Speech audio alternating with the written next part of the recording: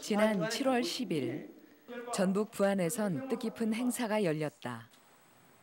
이제 가슴에 무거운 짐을 내려놓고 이제 서로 이해하고 화해하는 계기를 만들고자 이런 자리를 마련했다고 생각합니다. 간첩 누명을 썼던 위도 주민들. 무죄 선고를 받은 것을 위로하고 축하하는 자리다. 당시 납북 어부였던 강대광 씨는 10년간 감옥살이까지 해야 했다. 가족 외엔 부모, 형제, 처자식 외엔 아무도 환경을 주지 않는 이 냉대 속에서 40년을 살아왔어요. 그간에 울기도 많이 울었고 참 죽으려고도 했었습니다. 하지만 제가 마음을 가다듬고 지금까지 살아온 것이 오늘날 이런 저에게도 이런 능력을 거슬 이런 기회가 된 것이 정말 국가로부터 40년 넘게 간첩 혐의로 인해 숨죽여 살아야 했던 강대광 씨. 그리고 위도의 납북 어부와 가족들의 못다한 이야기 속으로 들어가 본다.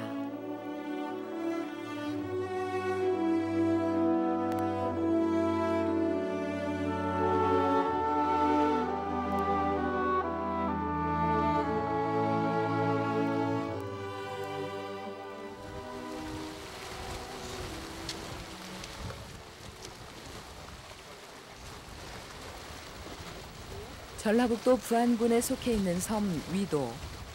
약 1000명이 살고 있는 이곳은 1970년대만 해도 조기잡이로 따를 곳이 없었다.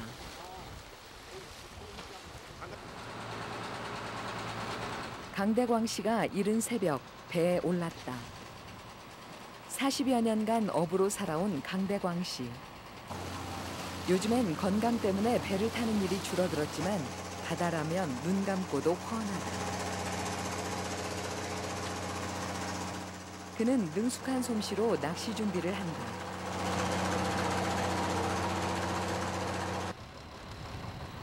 (7월엔) 고기가 잘 안 잡히는 시기이지만 오늘은 시작이 좋다.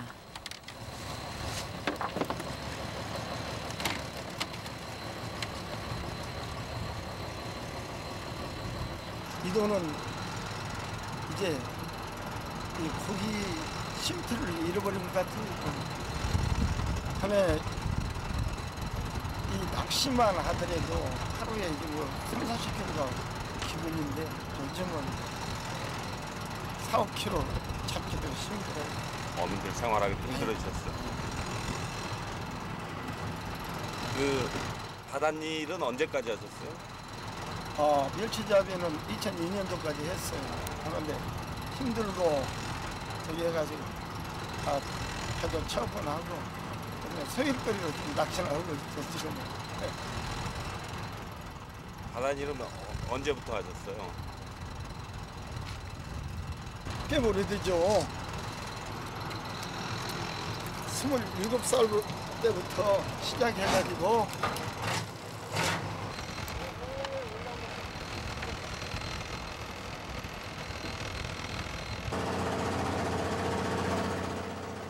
강대광 씨는 위도에서 태어나 지금껏 살아왔다. 그의 아버지도 할아버지도 바다에서 생활했다.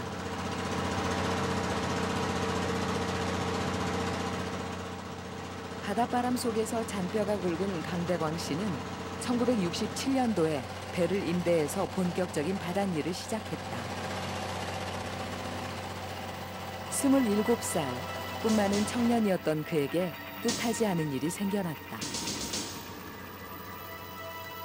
7명의 선원들을 데리고 서해 연평도로 병어를 잡으러 갔을 때였다.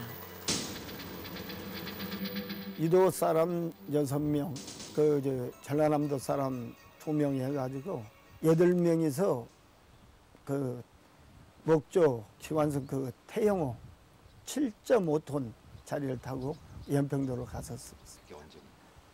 물거품만 그냥 하얗게 보이는 데가 우리 쪽으로 이렇게 오고 있어요. 그러는데 잠시 우리보다도 그 배 오는 쪽에 한 10여 척 이상이 또 배가 있었기 때문에 안심하고 또 좁을 해 그냥 그대로 사뭇 당기는데 그거 아니에요.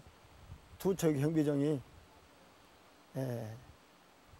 그 정선포를 사격하면서 정규명령을 하더라고요.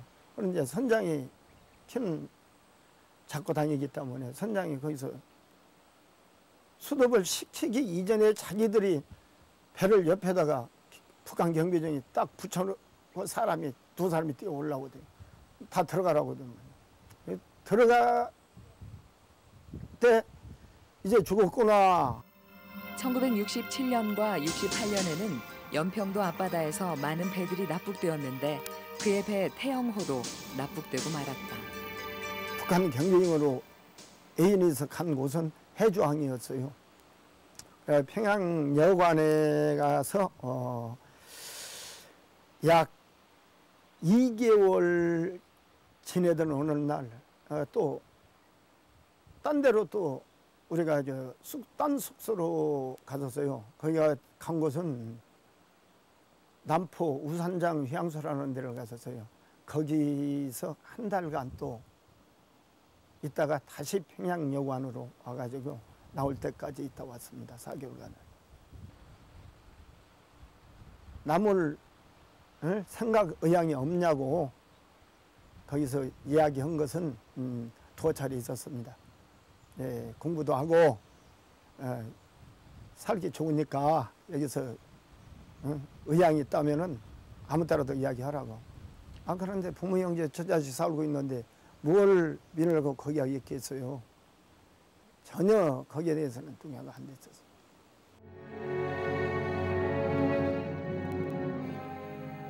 (1968년 11월) 서해로 납북어선 38척이 돌아왔고 그때 강대광 씨의 배도 함께 올 수 있었다. 당시 여수에서 임대해온 배였기 때문에 태영호는 여수 경찰서에서 자진 월북 혐의가 있는지에 대한 조사를 받았다. 북에서 돌아온 지 40일 만에 위도로 돌아올 수 있었던 강대광 씨. 그는 배를 탔던 8명의 선원들 중 같은 마을에 사는 선원 5명과 고향인 위도의 대리마을로 돌아왔다. 그러나 생사의 고비를 넘기고 무사히 가족들 품으로 돌아왔다는 기쁨은 그리 오래가지 않았다.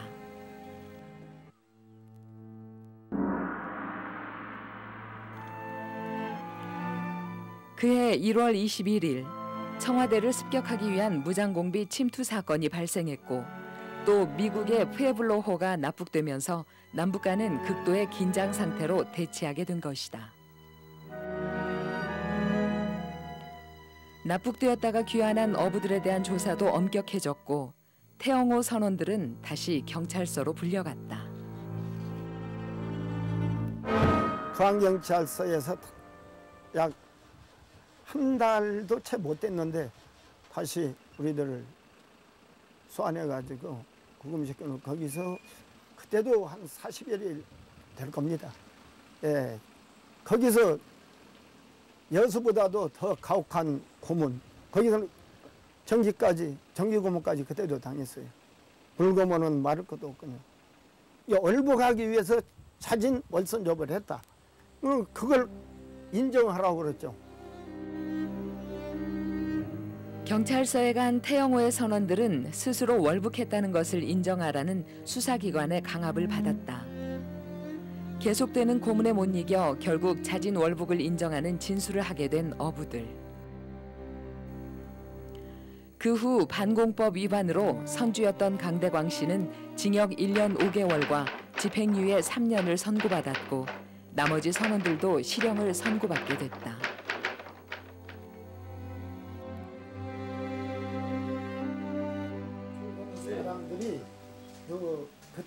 함께 배를 탔던 사람들이 오랜만에 한자리에 모였다. 지금은 이렇게 모여 앉을 수 있게 됐지만 당시만 해도 마음 놓고 눈인사도 할 수 없었다. 태영호 선원이었던 박상용 씨에겐 지금까지도 떠올리기 싫은 기억이다. 섬에서는 배를 타야 할 거 아닌가요? 직업이 어업이기 때문에. 그런데 누가 쉴 때 안 해요. 그 납부가 보여요. 간첩이라 해가지고. 무서워서 실들 못해요. 항시 뒤를 따르는데 우리 경찰들이. 나도 모르는 저기 그림자가 일생 따라다니는데 누가 실겠어요. 싫으면 그 사람을 데려다 또 조사를 받는데. 근데 무서워서 실들 못해요. 실고 약한 마음이 있어도.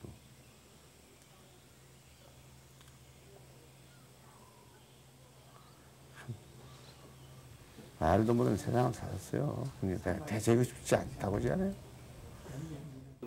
태영호를 탔던 위도 사람 6명 중엔 이미 세상을 떠난 사람도 있다.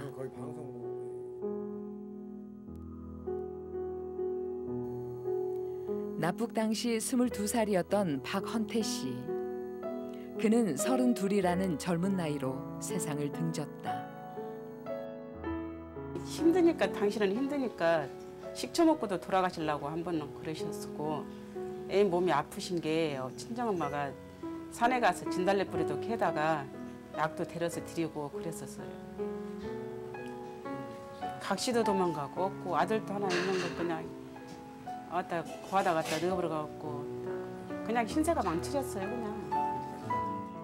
태영호의 선장이었던 정몽치 씨. 고문 후유증도 큰 고통이었지만 아무도 그에게 일을 맡기지 않아 생활고를 겪어야 했다. 그는 1996년 사망했다. 너무 많이 그런 일을 당해서 아파가지고 계속 활동도 못 하시고 계시는데 식구는 이제 많고 애들을 많이 낳아가지고 생활은 해나가야 하고 하니까 우리 신랑이 혼자 이제 벌라고 여기서는 배를 타야 먹고 사니까 하면은 배를 안 태워줘요. 간첩의 아들이라고. 그 당시는 배도 못 타먹고 배도 제대로 못 갔어요. 그래가지고 식구들이 9, 12인데 그 식구들을 맥혀 살려면 어떻게 하겠어요. 그런데도 굉장히 당시만 해도 사건 당사자뿐 아니라 친인척들에게도 연좌제를 적용하는 시대였고 그 가족들까지 힘든 시절을 보내야 했다. 대신할 수는 없지만 이제 국가에서는 그러나 강대광 씨는 손 놓고 있을 수만은 없었다. 전보다 몇 곱절의 노력이 필요했지만 멸치잡이 배에 어엿한 선주가 됐다. 70년도 안에는 정말 움직이들 못했습니다. 71년도까지 정말로 그때 살벌했습니다. 이제 70년 이후에 74년도부터 그 멸치 사업을 시작해가지고 뭐 사업이 잘 되기 때문에 남보다도 고기를 더 많이 잡을 수 있었고 또 돈벌이도 괜찮았었습니다. 그러니까 우리 주위 사람들로부터 그 선망의 대상이 되었기 때문에 아마 그런 점에서도 더 타켓트가 되어가지고 경찰들의 그 감시를 더 받았는가 이렇게 지금 와서는 생각합니다. 항상 감시의 눈길이 따라붙는 생활을 해야 했지만 멸치 엄마는 호황을 누렸다. 언제나 만선이었던 배로 인해 그도 어느 정도 안정을 누릴 수 있게 됐다.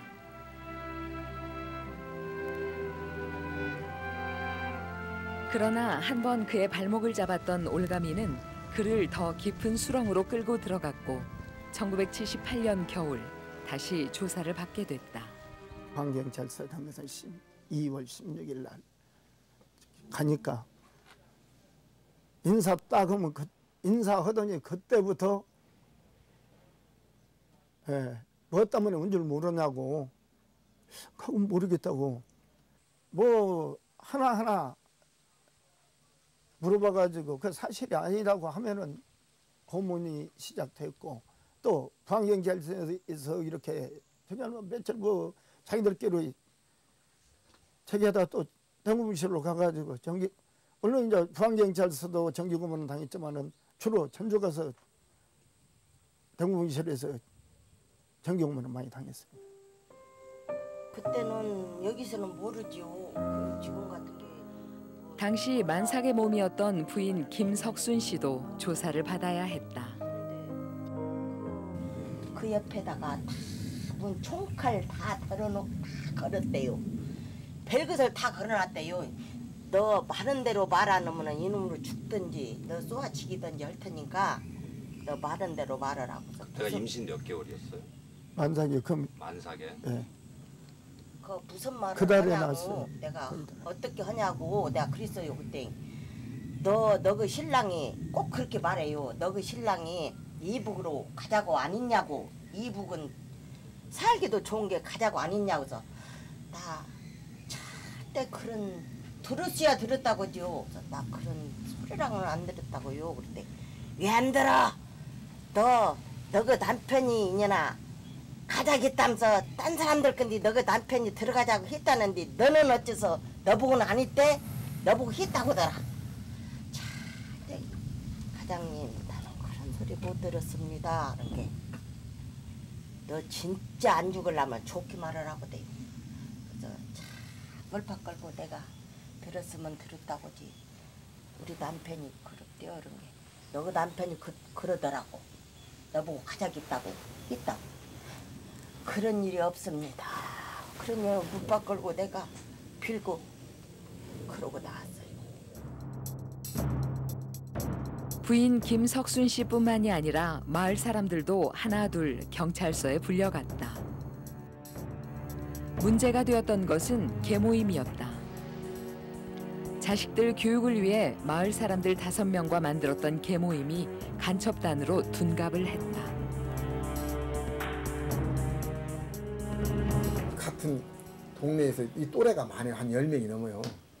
그게 다 손주들 아들이고 배를 부리고 다 그래요. 배에 다니면서 겨울 한 번씩 이렇게 조금 때라도 이렇게 모이면은 앉아서 이런 얘기 저런 얘기 하면서 우리는 못 배웠더라고. 애들이라도 결쳐보자고 해가지고 우리가 교육계를 애들 이름 앞으로 큰 아들 다 그 뭐 이 개를 닦고 돈도 갖고 이렇게 하고 맡기고 누구 줄 사람 주고 이렇게 해서 이자도 질리고 그렇게 맺겠죠. 근데 개주지 쉽게 말해서. 그러고 보니까 그것이 하근이다. 며칠 되니까 그렇게 하던 중에 너 하나 때문에 이도에서 너 친구들이 수십 명이 끌려와가지고 이 전부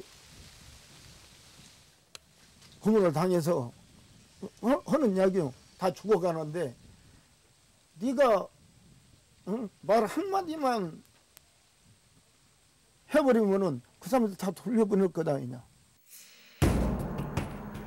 고문만이었다면 버텼을지도 모른다. 친구들을 풀어주겠다는 회유 때문에 강대광 씨는 혐의를 인정할 수밖에 없었다. 그렇게 그는 간첩이 되었다.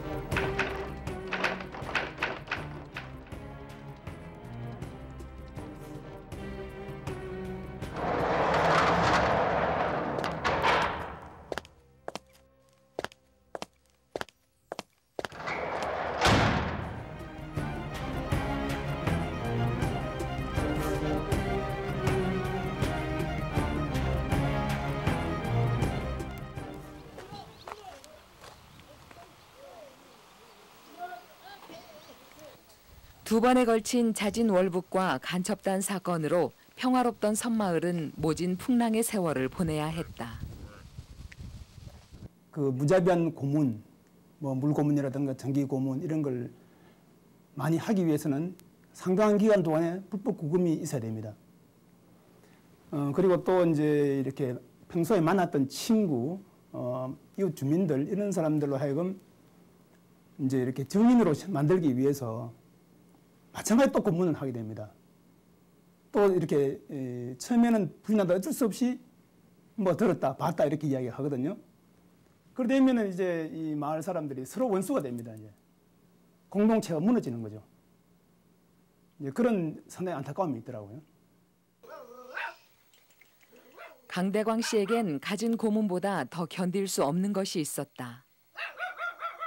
자신으로 인해 받아야 했던 가족들의 고통이었다. 뭐 안 해본 것 없어요. 일일을 애들 맥힐라니까 어쩌겠어요. 애가 몇이었어요? 5남매였어요. 5남매.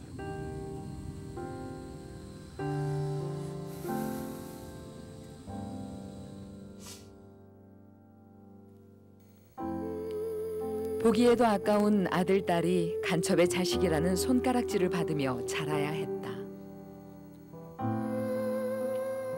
강대광 씨는 만기를 1년 앞두고 모범수로 87년 말에 출소했지만 그의 가슴은 또 한 번 무너져야 했다. 출소 3개월 전 아버지가 세상을 떠났고 얼마 지나지 않아 어머니마저 그의 곁을 떠난 것이다. 네, 그의 흙 묻은 손으로 눈을 닦고 하니까 문질르고 해가 져도 달이 떠도 밭에서 안 내려오시고 그렇게 또 들러가면은 애들이 손자들이 가서 할머니 내려오시라고 이렇게 스님은 울면서 내려오고 그래서 그 흙 묻은 손으로 그렇게 저기에서 실명이 되었다고 그래요.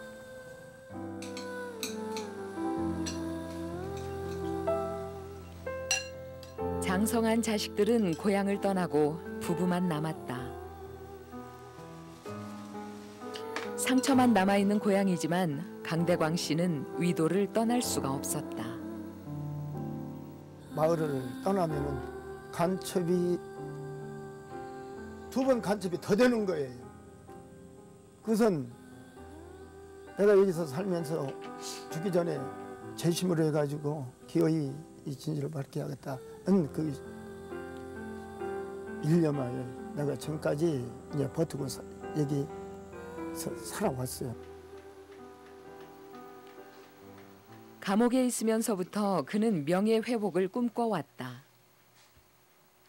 그의 오랜 바람이 현실로 나타나게 된 것은 지난 2006년 2월 두 사건에 관계된 마을 주민들이 진실화해 과거사 정리위원회에 진정서를 제출하면서부터 그리고 마침내 12월 5일 태영호 납북에 대한 진실규명 결정이 내려졌다.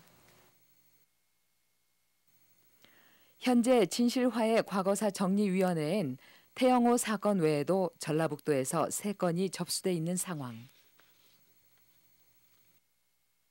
이분들이 보면은 학력이 낮고 사회적 약자이고 또 납북됐다는 그게 있기 때문에 아주 쉽게 그 조작 대상으로 전락이 돼가지고 그 당시 이제 이 정치적인 필요에 따라 가지고 발표를 하고 또 조작을 하고 이렇게 됐었어요.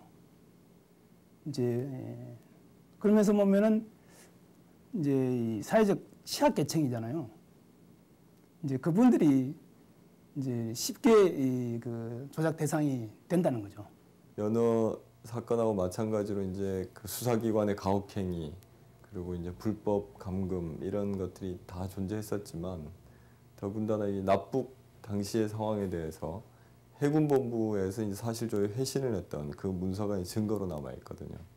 근데 그게 과거 그 재판 당시에는 검사가 제출을 하진 않았어요.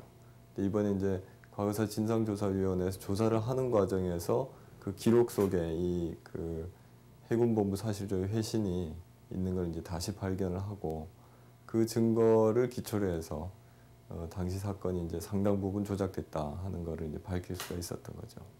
9년 9월 9일 해군 본부에서 이 정업지청에 검사에게 사실조회 회신을 보낸 건데 그 내용은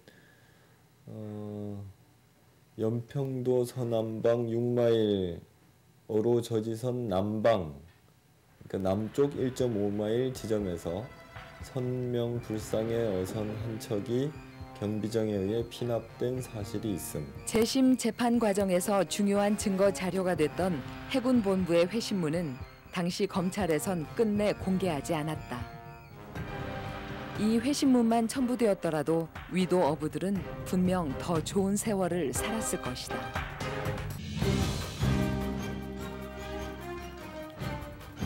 지난 4월 14일 두 사건에 대한 재심 결정이 내려졌고 7월 9일 고문 가혹 행위에 의한 진술 외엔 증거가 없다는 이유로 최종 무죄가 선고됐다. 40년 만에 이루어진 명예 회복이다. 물론 국가에서 잘못을 저질렀지만은 그 보답으로 이렇게 빨리 이렇게 해준 것도 정말 고맙다고 생각하네요. 기뻐서 울었어요. 전화 옆에서. 진짜냐고. 진짜 무죄 판결 받았냐고. 진짜라고. 얼마나 이런 일도 있었구나 하고.